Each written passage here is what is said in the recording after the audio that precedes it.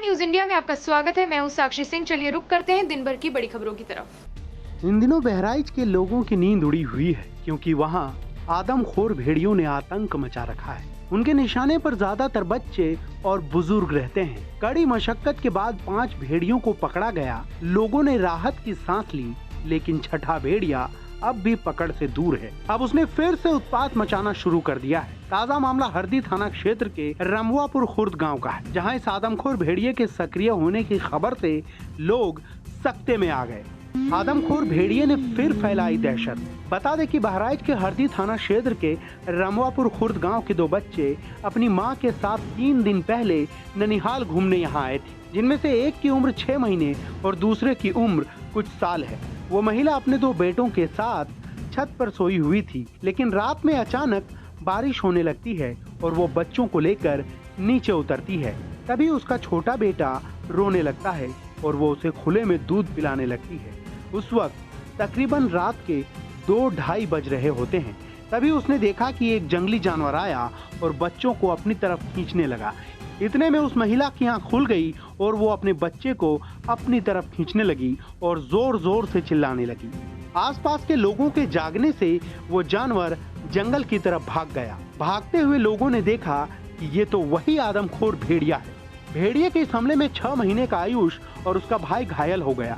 दोनों को CHC मेहसी लाया गया, जहां से प्राथमिक उपचार के बाद जिला चिकित्सालय रेफर कर दिया गया, जहां दोनों का इलाज चल रहा है। 2 सप्ताह से नहीं हुआ था भेड़ियों का हमला। बता दें कि लगभग 2 सप्ताह से बहराइच और इसके आसपास के इलाकों में भेड़ियों का कोई हमला नहीं हुआ था, जिससे यहाँ के लोग राहत की सांस ले रहे थे। लेकिन अचानक हुए भेड़िए के इस हमले से पूरे क्षेत्र में फिर से दहशत का माहौल है। लोग फिर से रात जगाकर आदमखोर भेड़िए की तलाश कर रहे हैं।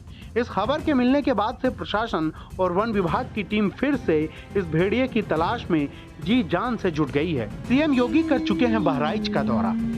बता दें कि 15 सितंबर को सूबे के मुख्यमंत्री योगी आदित्यनाथ डर के साये में जी रहे इन गांवों में पहुंचे थे और उनका हाल चाल जाना था। उन्होंने कहा था कि हमारी वन विभाग की टीम यहां मौजूद है। पहली प्राथमिकता भेड़िए को रेस्क्यू करना है। यहां 4 थर्मल ड्रोन लगाए गए हैं। अगर इसके बावजूद भी भेड़िया पकड़ में नहीं आता और वो जनहानि करता है, तो जनहानि करने से पहले उसे गोली मारने के आदेश दिए गए हैं। हमले की भी शिकायत नहीं है, क्योंकि 5 भेड़िए अब तक रेस्क्यू किए जा चुके हैं। इसके अलावा यहां पर एक के लिए हमारी यहां पर 165 की टीम वन विभाग की यहां पर है, जो उन्हें हर प्रकार से पहली प्राथमिकता है कि भेड़िए को रेस्क्यू किया जाए।